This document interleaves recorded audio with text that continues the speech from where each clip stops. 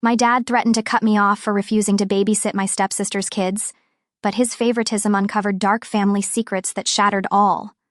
I'm Sophia, 28 female, and I've been dealing with some family trouble recently. My parents split when I was 10, and it was not a good experience.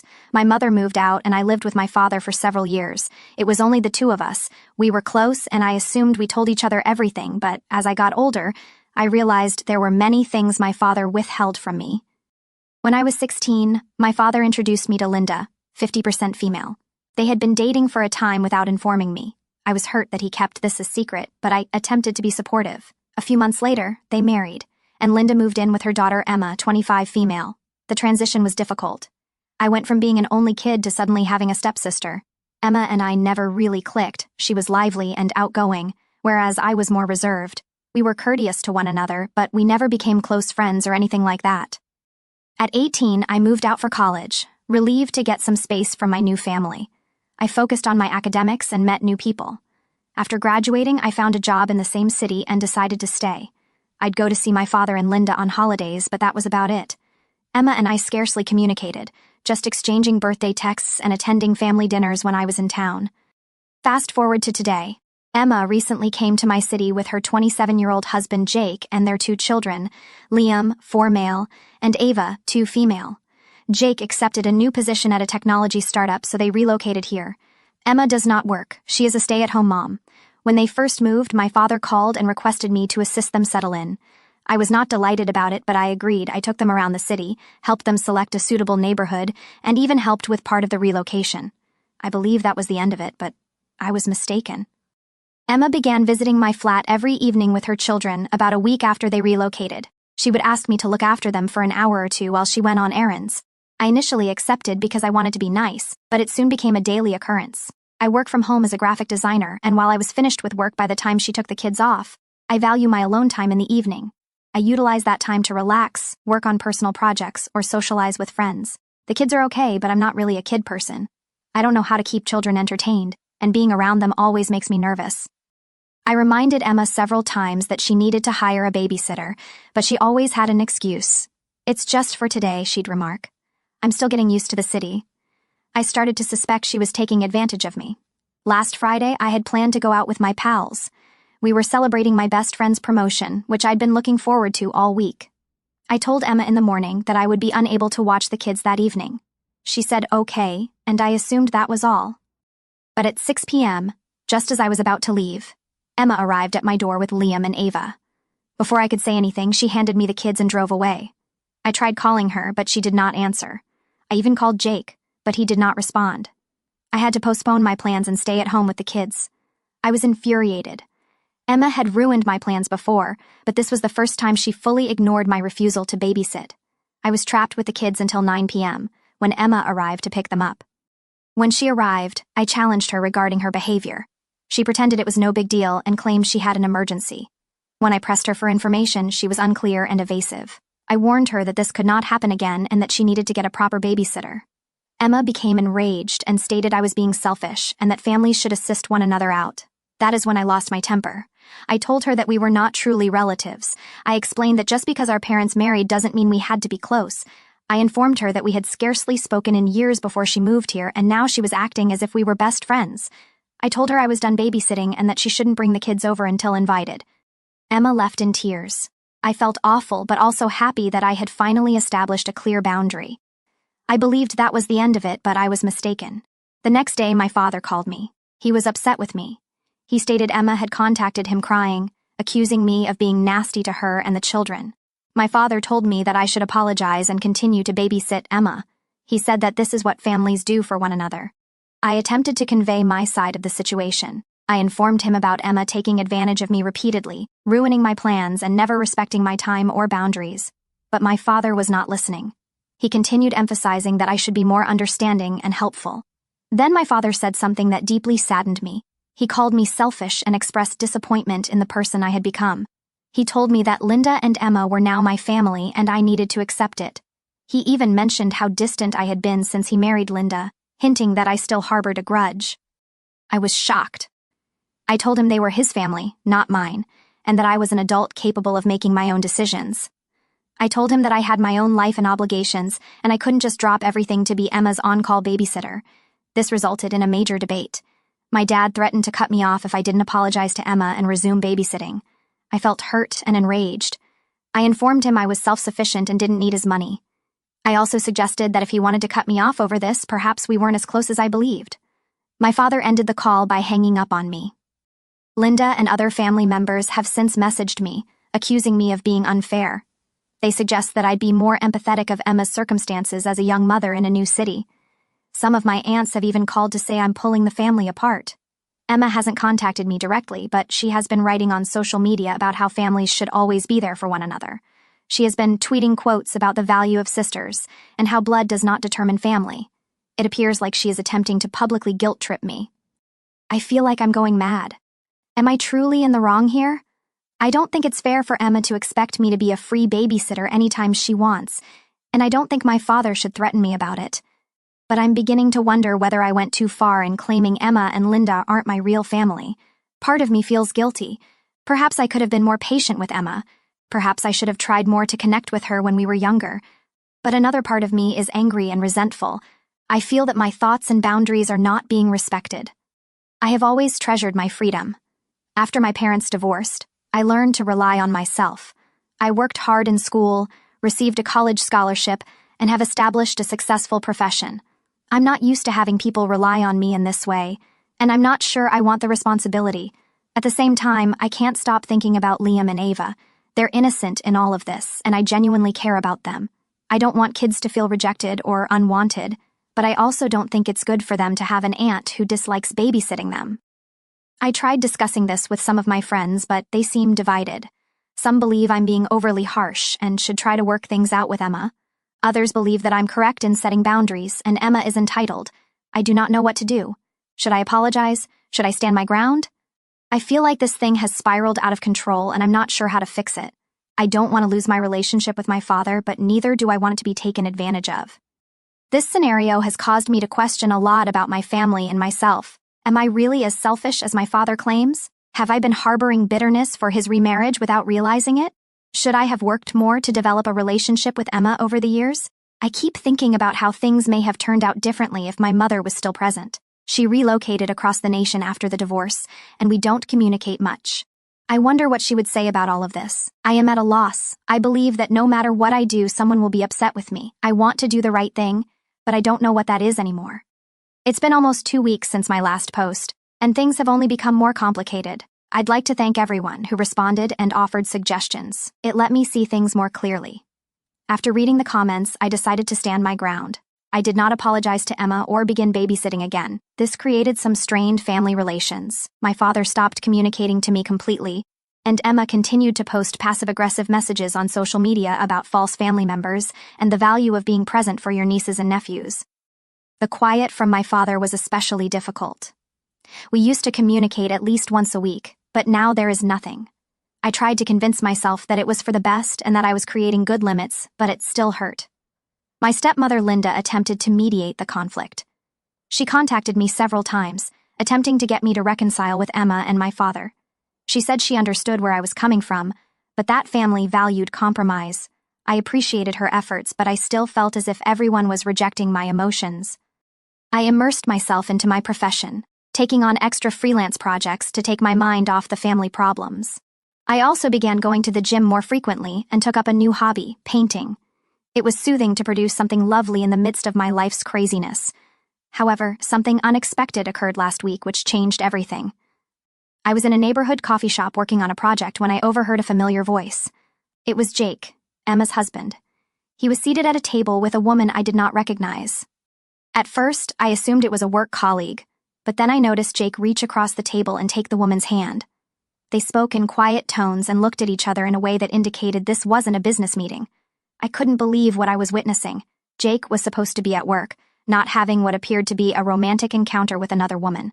I sat there frozen, unsure what to do. Should I confront him? Should I snap a photo as proof? In the end, I did not do either. I silently gathered my belongings and exited the coffee shop. I went home, my thoughts racing from what I just watched. I did not confront Jake. I wasn't sure whether I should tell Emma. Will she believe me? Our relationship was already fragile, and accusing her husband of adultery might only make matters worse. I chose to sit with the information for a day and consider what to do. The next evening, Emma called me. I almost didn't respond, assuming it was another attempt to guilt me into babysitting, but something prompted me to pick up. Emma was in tears and asked if she could come over. I consented, believing she might have learned about Jake. When she came, she was a complete wreck. Her eyes were red and puffy, and she appeared to have not slept for days. But it was not about Jake at all. Emma admitted she had lied about running errands when she left the kids with me. She acknowledged seeing a therapist for postpartum depression and anxiety. Emma broke down while telling me her experience. She has struggled since Ava's birth, feeling overwhelmed and inadequate as a mother. She hadn't told anyone in the family because she felt humiliated and terrified of being judged. She left the kids with me during her therapy appointments. I was stunned. I felt a range of emotions: pity for Emma's situation, rage that she had deceived and taken advantage of me, and regret for how harshly I had judged her. I told Emma that while I realized she was going through a difficult period, it was unacceptable for her to lie and dump her children on me without notice. We spoke for hours. Emma apologized for her conduct and for not being open about her issues. She promised to hire a proper babysitter for her sessions. I informed her that while I couldn't be a regular babysitter, I would be happy to assist out on occasion if she gave me advance notice. As we spoke, I began to view Emma in a new light. I learned that despite her seemingly wonderful life, she struggled just like everyone else. It made me reflect on how little I understood about her life and how quickly I had judged her. Emma also discussed her feelings of loneliness after moving to the city. She stated she was thrilled to be closer to me, believing we could finally have the sisterly bond we had never had. She said she had pushed too hard and too quickly, and she apologized for not respecting my boundaries. I also conveyed my own feelings. I told her how I felt left out after Dad remarried and how I battled to fit into our new family dynamic. We chatted about our childhood, sharing recollections and opinions that we had never discussed before. Just as we were beginning to restore our relationship, I was faced with the decision of whether to inform Emma about what I observed with Jake. I debated the option, but in the end I chose to be honest with her. I gently informed her what I had seen in the coffee shop. Emma's reply was not what I expected. She didn't appear astonished or outraged. Instead, she became extremely silent before saying, "I know about Jake's meetings. It turns out that the woman Jake was meeting is his half-sister. Jake was adopted as a baby and had lately discovered his biological family. He had been meeting with his half-sister in secret since he was not ready to inform Emma or the rest of the family. He was concerned about how it may affect their family relationships, particularly with his adoptive parents." I was happy Jake was not cheating, but I was also frustrated by our family's concealment. I told Emma that all of this, her treatment, Jake's meetings, could have been avoided if everyone had simply been honest from the start.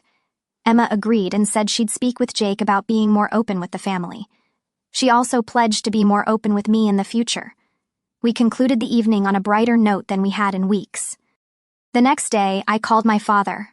I informed him about Emma's troubles and how we had worked things out. I also told him that while I was willing to have a relationship with Emma and occasionally help out with the kids, my limits needed to be respected. To my amazement, my father was understanding. He apologized for his reaction and acknowledged that he had put too much pressure on me. We promised to improve our communication and respect each other's boundaries more. We also talked about the past, including how his remarriage affected me and how we had grown apart over time. It was a challenging conversation, but it seemed like we were finally confronting topics we had been ignoring for too long. Things have calmed down, but I still feel like I'm walking on eggshells. There are numerous secrets and unsaid concerns in our family. I'm glad Emma and I were able to sort things out, but I have a feeling there will be more trouble. I'm trying to stay positive, but I'm also bracing myself for what might happen next. This entire experience has made me realize how little I knew about my family members. It's made me ponder what additional mysteries lie beneath the surface. For the time being, I'm working on gradually restoring my connections with Emma and my father. It's not easy, and there are still periods of tension, but it appears like we're headed in the right path. I'm discovering that family connections are complicated, and communication and honesty are essential. I'm also trying to strike a balance between being present for my family and preserving my own boundaries. It's a work in progress, but I'm hopeful that we can be family without compromising our distinct wants and identities. It has been approximately a month since my last report, and I wish I could say that things have improved, but they have not. In reality, things have gotten a lot worse. Remember how I started to feel like more drama was about to unfold? Well, I was correct. but I could not have foreseen what happened next. Emma called me last week, frantic. She was in tears and hardly intelligible. When I calmed her down, she informed me that she had received some horrible news. Jake hasn't simply met his half-sister, he's had an affair with her. Emma grew suspicious of Jake's numerous meetings and decided to follow him one day. She noticed him meeting the woman at a hotel rather than the customary coffee shop. She approached him, and he confessed to the affair. He attempted to excuse it by claiming that he felt a connection with his half-sister that he had never had before. But Emma was understandably appalled and devastated. I was shocked. I felt bad for not pressing harder when I initially saw Jake with the woman. I attempted to console Emma as best I could over the phone, but she was distraught. She explained that she was leaving Jake and asked if she and the kids could stay with me for a bit. Despite our previous disagreements, I couldn't send her away in her time of need. I agreed to let them stay. Emma and the kids moved in with me the next day. It's been a tough transition. My flat isn't really designed for 2 young children, and Emma is still really emotional. She alternates between tears and aggressive outbursts. I'm trying to be supportive, but it's taking its toll on me. To make matters worse, Jake has been bugging Emma with continuous phone calls and messages. He's even popped up at my flat several times, causing havoc in the corridor. I had to threaten to contact the police to get him to go. It has been distressing for everyone, especially the children who do not understand what is going on. Another explosive went off in the midst of the mayhem. My father contacted me, seeming anxious. He said he needed to tell me something important and asked if he could come over. When he arrived, he dropped a bombshell that shocked me to the core. It turns out Jake's half-sister is also my half-sister. My father admitted to having a brief romance with Jake's biological mother years ago, before meeting my stepmother. This woman gave birth to a daughter who Jake has been having an affair with. I was stunned. I couldn't believe what I heard. My father had held this secret for nearly 30 years. He stated he only found out recently when Jake's half-sister took a DNA test and it matched some of our family members. My father got in touch with her and learned the truth. I felt as if my entire universe was crumbling. Everything I believed I knew about my family was a lie. I was angry with my father for keeping this a secret, at Jake for betraying me, and at myself for failing to anticipate any of this. I haven't told Emma about the recent revelation yet. She's already coping with so much, and I'm worried this may push her over the brink, but I know I'm going to have to tell her someday. The previous several days have been a haze. I've been trying to keep things regular for the kids while simultaneously supporting Emma and dealing with my own thoughts about this new sister. I've taken some time off work to deal with everything, but I'm not sure how long I can do it. I'm at a loss on what to do next. My flat has become a refuge for my sister and her children, a safe haven from her cheating husband, and it now feels like the hub of a decades-long family scandal. I'm trying to keep everything together, but I feel like I'm drowning in secrets and lies. I'm not sure how our family will ever heal from this. The trust has been damaged, and I'm not sure it can be repaired. I'm thinking about going to therapy to deal with all of this. But for the time being, I'm just taking it day by day. I've tried to contact some friends for help, but it's difficult to explain the scenario without seeming like I'm making it up. How would you inform someone that your brother-in-law is having an affair with your hidden half-sister? It sounds like something from a horrible soap drama. I am also concerned about the long-term ramifications of all of this. What will happen to Emma and the children? Will Jake seek custody? And what about my half-sister? Should I try to reach her? Do I really want to know her given the circumstances? It's also worth considering how this may influence my relationship with my father. I'm upset that he kept this a secret for so long, but I understand that he was probably terrified and ashamed. Even so, knowing what he did makes it difficult to look at him in the same way. For the time being, my primary emphasis is on Emma and the children. Despite the volatility, I'm attempting to provide a stable atmosphere for them. It's not simple, but it seems like the proper thing to do. I'm also attempting to care for myself. I've started journaling to help me process my emotions, and I'm making an effort to do something I enjoy every day, even if it's as simple as reading a book or going for a walk. I know I'll have to make some important decisions shortly about Emma's predicament, my connection with my father, and whether or not to contact my half-sister, but for now, I'm just trying to get through each day. If anyone has been through something similar and has any suggestions, I'd be grateful. This entire scenario is daunting, and I could use all of the help I can get. It's been 3 months since my last update, and much has changed. After the shock of the discoveries subsided, we had to cope with the aftermath. I eventually told Emma that Jake's affair partner is our half-sister. She was devastated all over again, but it also provided her with the necessary closure. She sought for divorce and received a restraining order against Jake. The legal procedure has been messy, but Emma is sticking firm.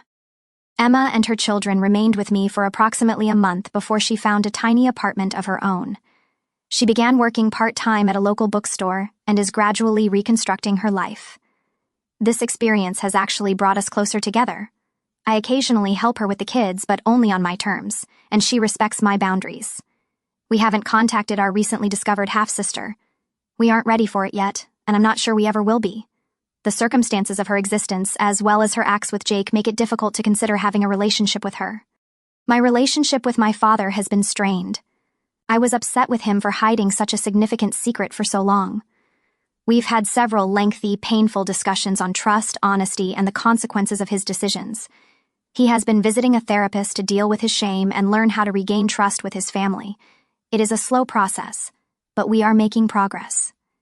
I've started visiting a therapist to deal with all of my inner problems. It's helped me go through my feelings and set reasonable boundaries. I am learning that it is acceptable to prioritize my own mental health and well-being, even when family members are in crisis. One unanticipated result of all this is that I've reconnected with my mother. After everything came out, I contacted her because I needed someone to talk to who wasn't personally engaged in the situation. We've had some wonderful discussions, and she's been a source of comfort throughout this. We're striving to restore our relationship, and it's been great to have her back in my life. I've also made significant changes in my life. I decided to take a sabbatical and travel.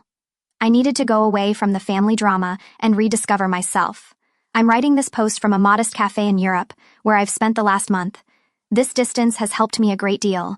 I've come to learn that while family is important, it is not everything. People who genuinely care about you will respect your boundaries and will not pressure you to sacrifice your ideals or well-being. I don't know what the future holds for my family. The lost trust will take a long time to recover, if at all, but right now I'm focusing on myself, healing and growing. I'm learning to define family on my own terms and surround myself with people who bring happiness into my life. Emma and I communicate regularly. She's doing better now, focused on her children and her new career. The divorce proceedings are ongoing, but she's managing them with strength I didn't know she possessed. We are arranging a trip with the kids next summer, something to look forward to. Jake, as far as I know, has left the city. His affair with our half-sister ended horribly, and he's been attempting to reconcile with his adoptive family. I don't know all the specifics, and honestly, I don't want to. My father and I are progressively restoring our relationship. We talk once a week, and while things haven't returned to normal, they're improving. He's trying to be more open and honest, not just with me but with everyone in the family. This entire event has taught me a great deal about resilience, forgiveness, and the value of honesty. It has also taught me that it is never too late to establish boundaries and prioritize your own well-being.